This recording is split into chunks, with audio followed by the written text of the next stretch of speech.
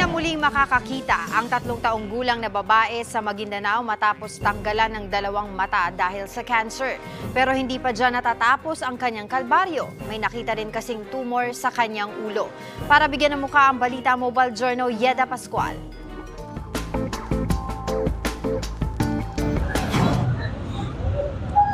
Sa edad na 3, hindi na masisilayan pa ng isang bata sa Maguindanao ang kanyang mga magulang at kapaligiran matapos tanggalan ng mga mata dahil sa cancer.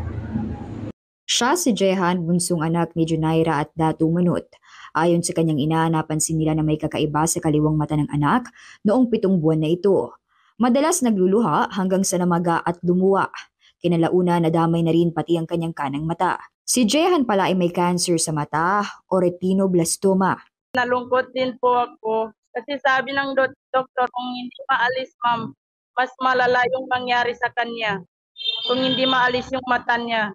Baka yung bukol daw kumalat sa kwan niya, kumalat sa sa ulo niya po. Baka yun ang ikamatay niya kung hindi maalis yun.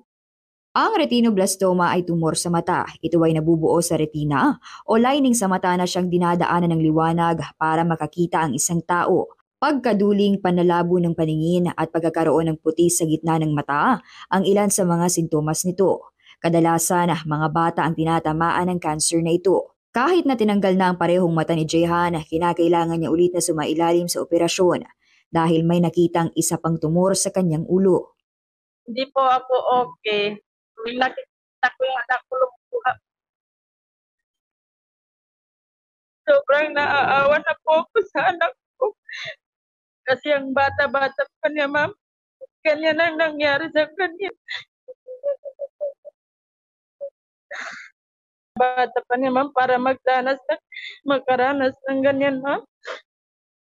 Ngayon, umabot na sa mahigit 60,000 ang bill nila sa ospital at patuloy pa itong tumataas. Kaya nananawagan ang ina ni Jehan ng tulong. Sana po, kung sino po yung may mabuting puso po dyan, sana matulungan niyo po kami. Kasi ang mahal-mahal ng gamot ng anak ko. Wala na kami panggastos. Sa mga nais tumulong, maaari niyo pong ipadala sa detalye sa inyong screen. Ako po si Mobile Journal Yeda Pascual na nagpapaalala na ang bawat may karamdaman ay kailangan din ng kalinga. Gusto mo bang lagi kang updated sa mga balita? Aba, ay simple lang. Mag-subscribe ka na dito sa 1PH. I-click mo lang ang subscribe button at notification bell para hindi ka nahuhuli sa mga balitang dapat mong malaman.